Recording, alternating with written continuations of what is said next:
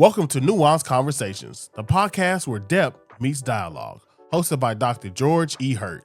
This show explores the gray areas of life, where faith, wisdom, and real-world complexities intersect. No easy answers, just honest conversations that challenge, inspire, and inform. Get ready to lean in, listen closely, and explore the nuance. This is Nuanced Conversations. Let's talk politics. Yeah. Because you're so informed in that area. Are you affiliated formally with the Democratic Party? Is that you are registered, licensed, carrying Democrat? I am. I'm a lifelong Democrat, and I'm gonna ride the elephant until you can't move no more. Yeah. Yeah. So Why are you a Democrat? well, maybe because the Democratic Party for so many years, championed many of the policies that I align with, from social justice to the inequities of our communities, to affirmative action. So my values align with with most of the Democratic Party policies. That's why I'm a Democrat. And it seems like it's more Democrats that fight for things I care about, like reparations and stuff like that, than What's reparations? others. What does reparations look like? What is reparations? Reparations is giving us our due diligence of the past. I mean, we was promised by Abe Lincoln 40 acres and a mule, and we're still waiting for that 40 acres and a mule. So I believe that America will become blessed once they start making amends of our past. Retribution. Retribution. That's correct. Yeah. What are some of your concerns about the Democratic Party, if any? Well, sometimes I think we champion, I'm a social justice guy, right? And so, I don't want to pick and choose who rights I have the right to defend. But at the end of the day, there's some religious values that I hold on to that are very sacred, that a politician I must recognize is, a politician of all people, and so I have to recognize the balance between my religious affiliations and a politician that's elected to serve everybody. And so there's some policies that I just won't get into. Like, I don't believe women should or men should be playing women's sports. I don't believe in that stuff. I'm a sports fan. I don't want to see that. I understand the disadvantages of those things. And there's some politicians that's in the Democratic Party that champion that stuff. I just don't get along with. I just can't roll with that. Gotcha. There's other stuff I can roll on with. Social justice, health care. So you have to make certain compromises. You got to make compromises. Yeah. So if you're a Republican, why would you be a Republican? If I was a Republican, maybe I would, because of my conservatism, maybe because of my religious values. So, but at the end of the day, I tell people, Dr. Hurt, that we got more in common than we do apart, right? I worked for Congress for 3 years. I worked for a congressperson. And when I went to Washington, D.C., this is a Democratic congressperson. I worked for a Democratic congressperson that needed my help, that wanted me to help smooth over the Black community, so she gave me a job. And so one of the things I saw when I went to Washington, D.C., and when I went to the lunch hall, I didn't see the divisiveness that we see on TV. Republicans over here, Democrats over there. I seen everybody sitting down, chatting, laughing, joking, talking about family, talking about friends, talking about what they did on the weekend. And it was just the politics that divided them, the policies, the way to get things done. So we got more in common than we do apart. Or is some of that just exasperated on TV? Or settings to manipulate the common man? 100%. I mean, I look at our political climate right now, and I look at the divide. It's all designed to distract us from the commonalities that we have together, and the divisiveness that they choose to play to distract us from really unifying and being who God has called us, maximizing the efforts of unity. You know, So does that mean they're working together on this? I think that when I look at the world, yeah, I think it all has a lot to do with it. I think it does. It all works together. They're working together. I think a lot of people are working together. I think So the why world. should we be a Democrat or Republican if they all Well, working because together? you should be a Democrat because we're gonna fight for you. We're gonna fight for the needs of the community that we live within. But you just said they chilling together. I'm talking about from a national perspective, man. When I think about, we just went through an exhibit, Nova. Me and you both went to this exhibit, and Yeah. our eyes was open to why this world war between Israel and the other country, Palestinians, why it came to fruition. It was because these terrorists went into this innocent music festival and shot up a whole lot of people. Yeah, while the modern day We're not talking combat about- is taking place. But in America, we ain't talking about that. No. We're talking about, this and that, this and that. It's all a distraction.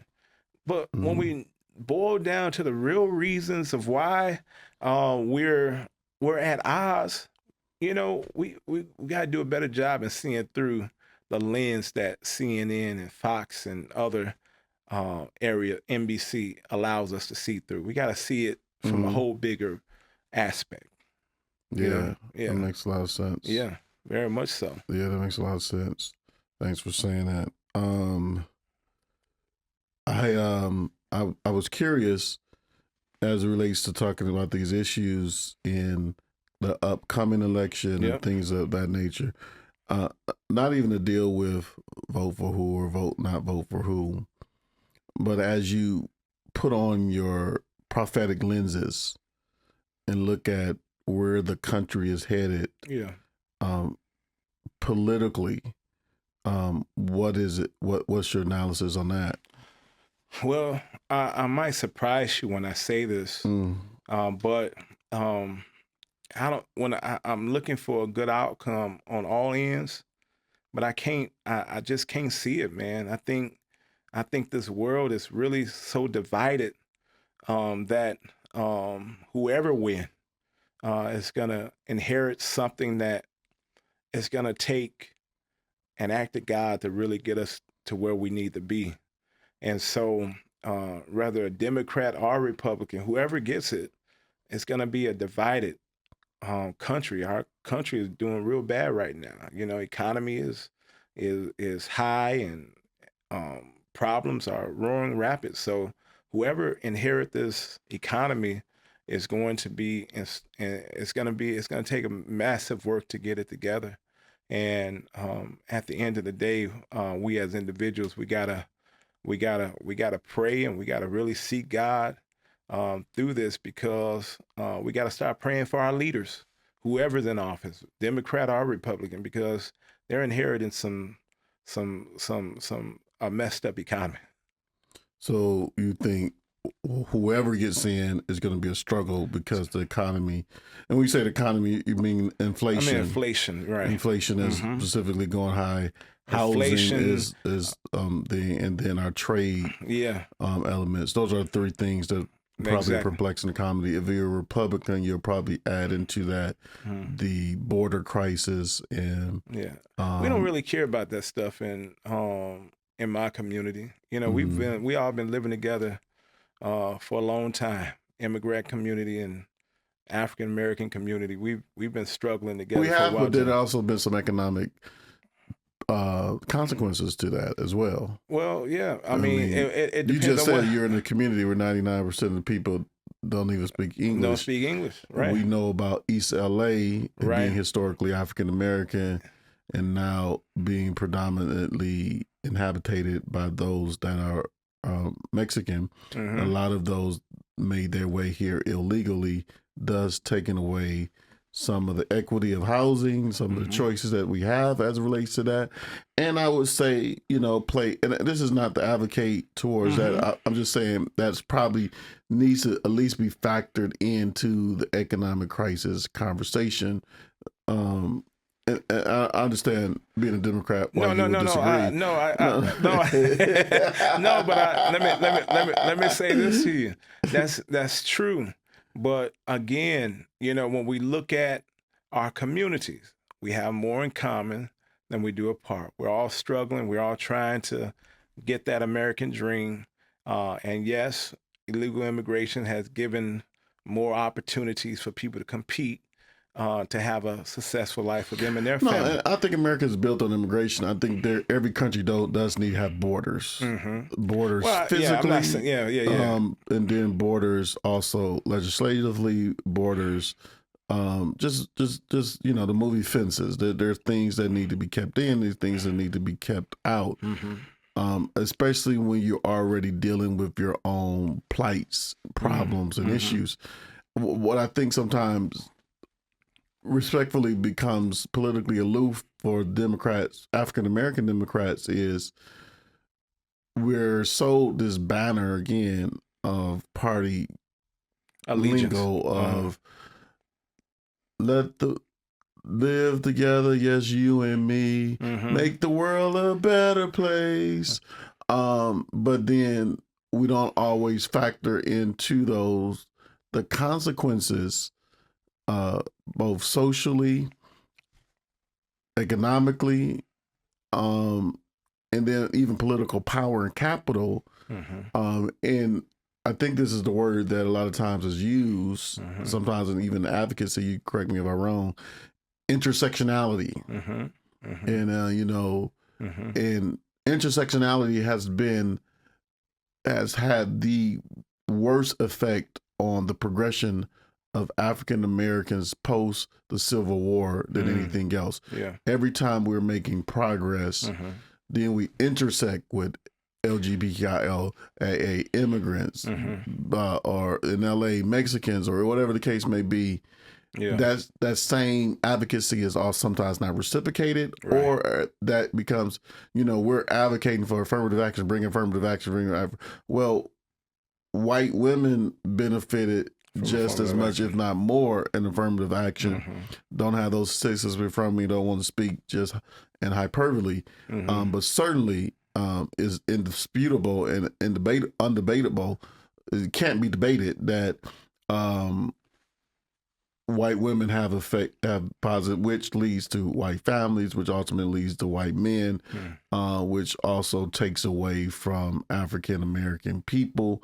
We look at the educational structure. So the only reason I'm saying that, and I'm legitimizing, the points of inflation, which is doing better, the issue of housing, which with this current cut should do better. And I think more of what housing is the housing crisis of homelessness, and not just those on the street, because that's more of a mental health thing, but those are sleeping in their cars, on somebody's couches and things of that nature. That's also a plight. So this is your space, so I don't want to talk too much. I'm glad. Yeah. I'm glad you brought these out. That further shows how much much work we have to do as a community in regards to educating, and that's further highlight the importance of individuals just going out to vote, not just the top of the ballot, but all of the ballots, because there's so many different measures, there's so many different judges, there's so many different opportunities where you and us, we can make that difference by simply getting out and voting and being advocates for things that we like. So I love everything you said. Make this world a better place. We're back to the kumbaya. You make it a better place by utilizing every opportunity that you have to make a difference. But I do think we need to have some hard conversations. You gotta have it. I think everything you said was spot on in most of our communities. But the reality is, will that conversation work with that person that's just really trying to find it? You know, I listen. I don't know. I feel like, you know, if we're going to have these conversations, it got to get into that gray area. Mm-hmm. And this is one of the reasons why I wanted to create a space like this to say, hey, all right, you out of your own mouth. I went down to Capitol Hill. They're all eating together, drinking together. What are they doing? They're probably at bars together. They're probably having freak offs together and all of that other stuff together. They just kind of point at, you know, one person or one group. Yeah. They're doing all this stuff. They're doing the cocaine. They're doing all this off our dollars all together, and then have us at each other's throat. And then when I go back and look at it and say, hey, there needs to be a space in the middle. What you're trying to sell me, the operative space is probably in the middle. So again, America is a land of immigrants. The reason why America is America from a world power standpoint, from a social popularity standpoint, from a pop culture iconic standpoint, is because of immigration and immigrants. But African Americans, we're not immigrants. We are natives. We built this land, even though it was built on brutality and force. Yeah. We are the core through the evils of colonization and slave trade and things of that nature that was produced through goodwill, ultimately people of faith, Christian faith, majority, to make force this country to stand by the true expansion of the liberty and justice for all that the founding fathers built it upon. But we said, wait a minute, if you're going to build it, it's not going to be upon our back. It's going to be upon us at the table. Right. We're not, and yes, it took wars and hundreds of years, and they were still yet fighting for that in its full evolution. And so we have to always, I think, be conscious of the fact that, hey, if the Democrats ain't saying it and doing it, you know, I can still align with you. We still party together, whatever the case may be. But I do need to speak to these issues that perplexes my people. Yeah. And so reparation can look paper, various ways. But it's good on paper, but also it can be manifest in various ways. It doesn't education, yeah, housing, yeah, I agree. Trade, business opportunities. No taxes for the rest of our lives. You know, I mean, I want us to pay taxes. I'd rather you give me money and I pay taxes than not to pay taxes, because taxes is how, and that's the other thing about immigration. Yeah. Illegal immigration, to be specific, because that's really what we're talking about. Immigration, illegal immigration. They don't pay taxes. Right. So they're not paying their fair share, but they're getting all the benefits that this land has to offer. Again, that's not to villainize a certain group, because illegal immigration doesn't just come from the southern South America. Right. It comes from all across the world through fake marriages and things of that nature. And so we have to attack it there. And certainly, as these our bordering countries are dealing with plights, we should be significant to that, and amnesty, and have that coming in. But it needs to be done through order, and African Americans cannot be the one on the low totem pole of the people who are making ultimate indirect sacrifices with it. And the group that we depend on to do that is Democrats, as you said, and I would agree with, because they seem to have the most advocacy and sensitivity to our plights. But if they're trying to tell us what our plights is, and not being fair and just in what they are in totality, then it becomes problematic, and we should look in other ways to get that done. I agree. Yeah. I agree. No. I mean, that's just, you know. No, hey, that's George Hurt 101, and I believe ultimately it's going to take everyone pulling together, kumbaya moment, to make sure that all sides are speaking at each other and for each other. Got you. You're a sports advocate. I'm a sports advocate. You know, we got a chance to experience the Dodgers winning the World Series together, didn't we? We went down to Texas during COVID and saw the Dodgers. I'm hearing you cheering for the Detroit Tigers right about now, huh? That's my hometown. That's my team. I always will be. I've always been a Dodger supporter. I wouldn't say Kirk fan because of Kirk Gibson. We had this conversation. We loaned y'all Kirk Gibson. No doubt. Kirk Gibson hit the greatest home run in history of Major League Baseball. And hopped around the base, set the pace for you all that did that series, I think in 1988.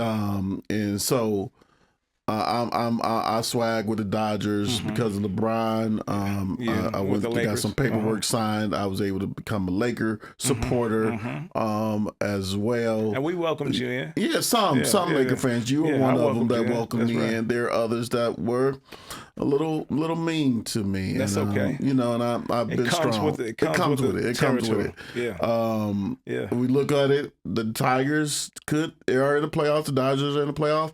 You won last night too. We did win, and through the various things, we may find ourselves as a pre-record, so we may find ourselves ultimately in there, somewhere in there, and we may be sitting next to each other. The Lions did it. The Lions are doing great. Well, they did it last year. They made it to the chip. They made it to the NFC Championship. We didn't make it to the Super Bowl. Got it. NFC we made it to the NFC Championship. Right. We should have beat San Francisco. We made some calls. Okay. I want to call them bonehead because that's our style, and it just didn't work out. You're a young team and very exciting team, very exciting coaching. So you have a lot to look forward to. Well, sports is a lot of life is very situational. Sports be sporting.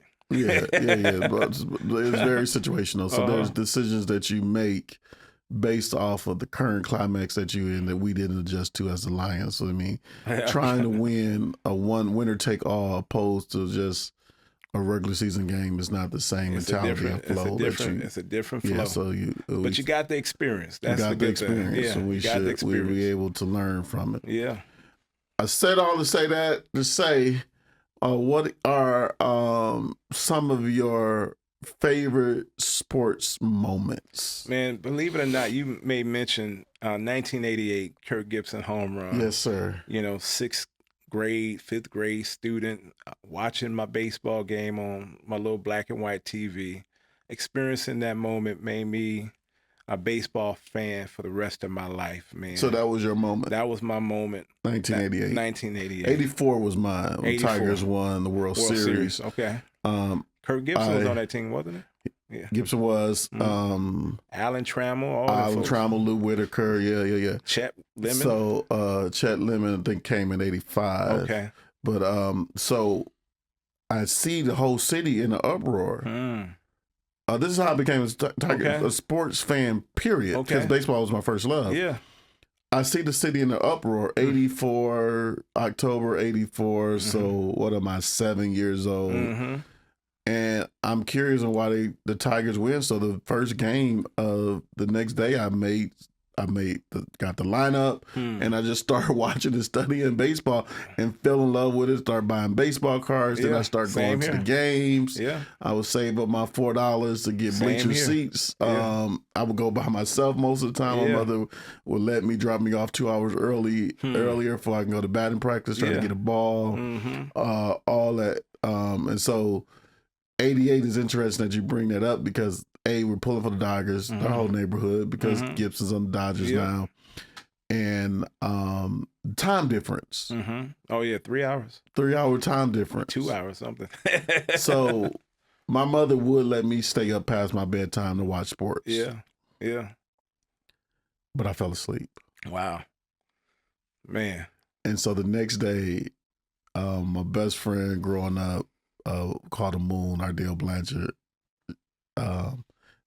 He sees me and he was like, "Oh, you fell asleep." Because I didn't immediately start talking about it. You wasn't excited. He's like, Gibson hit a home run to win a game last night. So again, it's not Sports Center. It's no look on Twitter. It's no cell phone. So you're waiting for I'm waiting for the paper, and I'm going to try to wait that night. I'm watching the news to see the highlights. Yeah.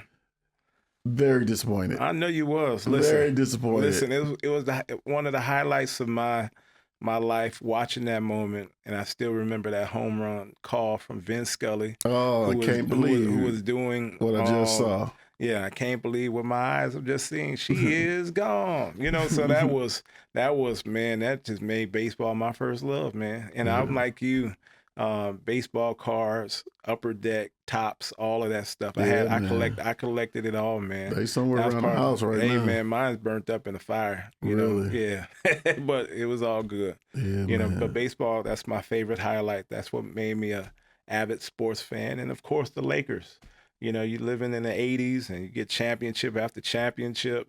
You know, it becomes a part of your DNA. We just a city. There a couple years y'all didn't win. Well, I mean, I know that Detroit series, you know, yeah, but that was, you know, we had a lot of injuries. In '89, because nobody gets injured. No, and then we had injuries the last time you beat us. So I mean, you know, y'all was fully healthy. Y'all was fully healthy. No. I'm talking about the Shaq years. Yeah, y'all was fully healthy. No, he wasn't. Shaq and Kobe was healthy. Shaq and Kobe. 66-year-old Karl Malone was. Yeah, they was had some only health person problems. that stayed. The 88-year-old Karl Malone did have some problems, but he still played. That's not true. But we won George. 4-1. No, that's not true. We Shaq was and Kobe, their only problem hurt was they couldn't get along with each other. They couldn't. That was the hurt. We ended y'all dynasty. Phil Jackson quit. Shaq went to Miami. That Detroit Lions team was a rugged. Detroit Pistons. Detroit Pistons team was a very rugged, you know, team. But we was hurt. Y'all check the record. Check the newspaper. Google it. We was hurt. They played. They did, but we was hurt. Yeah.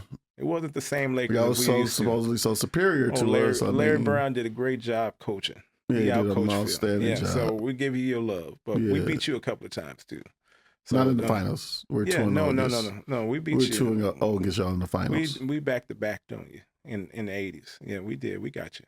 Oh no, you're 2-1. That's right. Y'all won. That's right. The final foul against Karl Malone. When Isaiah hurt his ankle and broke the record for the most points. Yeah. So that's the beautiful You do thing. have more. You do have more. And I'm a Lakers supporter. Welcome to the Lakers franchise. Yeah. So those of you that are anti-me Lakers, if you hear this conversation that offends you, because I was reminiscing on the days that my Pistons spanked on you. We go to accept therapy. that. You heard the preacher say it. Therapy will help Go to therapy. That's right. Yeah, man. Thanks again for doing this, man. We could talk all day. So much we didn't hit. Yeah. To come back and do another session. You're welcome. Pitch back. You know, everything should be finalized real soon. So I'll be glad to talk about a little bit more. Yeah. No, not you got so much more to offer than that. And this is not a scuttlebutt. No, I agree. Shock podcast. This is about having an intelligent conversation, and the only reason that I found it relevant to bring that up is because you were talking about what you learned from it. That's and how right. It made you better, and there's things that, you know, certainly that if you were better, those things would have been smoother. Somebody out there listening, hopefully they'll hear that and be motivated to work on self, opposed to pointing fingers what somebody else has done wrong. Because the greatest late Michael Jackson said, "I'm starting with the man in the mirror." Hey, that's it. Yeah, love it. Listen at you. Hey, thank you all for tuning in. Please tune in next week for another episode of Nuanced Conversations. This is a podcast that is meant to operate in the gray area, not the black and white, have open, intelligent, and honest conversations about issues surrounding politics, social norms, pop culture, and religion. Thanks for listening. Thank you for joining us on Nuanced Conversations. We invite you to return next week as we continue this dialogue.